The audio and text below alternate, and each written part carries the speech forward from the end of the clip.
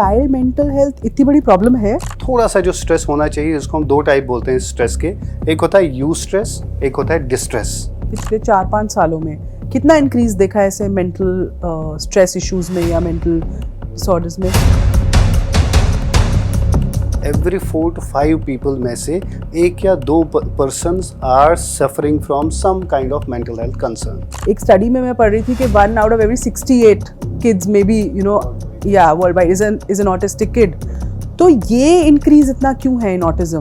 अगर आप किसी बच्चे को गाड़ी दोगे बचपन में तो गाड़ी को जूम करके चलाएगा, लेकिन जो ऑटिज्म वाले बच्चे हैं ये एक पर्टिकुलर टायर के साथ ही खेलते रहेंगे। अच्छा। उसको उल्टा करके उसको घुमाते ही रहेंगे, फिर आप उनका नाम बुला रहे हो वो आपको देख ही नहीं रहे हैं। तो ये क्योरेबल है? ये मैं सारे पेरेंट्स को बताना चाहता हूँ कि मोबाइल टीवी की वजह से ऑटिज्म नहीं होता। ये बच्चे प्रीडिस्पोज्ड होते हैं इस कंडीशन के लिए, तो जब आप इसको ये मोबाइल या टीवी देते हो साथ में, उसकी वजह से वो ऑलरेडी प्रीडिस्पोज कंडीशन में रिस्क फैक्टर्स हाई हो जाते हैं। हमारे जो पीडियाट्रिशियंस होते हैं जो बच्चों की वैक्सीनेशंस करते हैं, उनके साथ में एक डेवलपमेंटल चेकलिस्ट होनी चाहिए।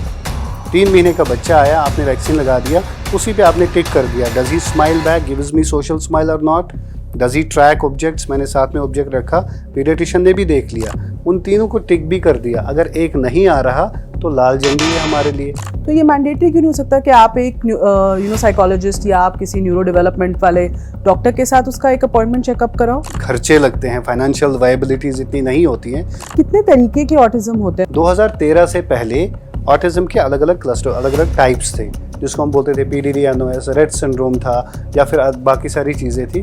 2013 के बाद इन सब को क्लब कर दिया गया और ऑटिज्म स्पेक्ट्रम डिसऑर्डर में डाल दिया गया। इसमें 5 ऐसे क्या रेड फ्लैग्स हैं जो कुछ माइलस्टोन्स पे पेरेंट्स को थोड़ा देखना चाहिए, तो वो क्या होंगे?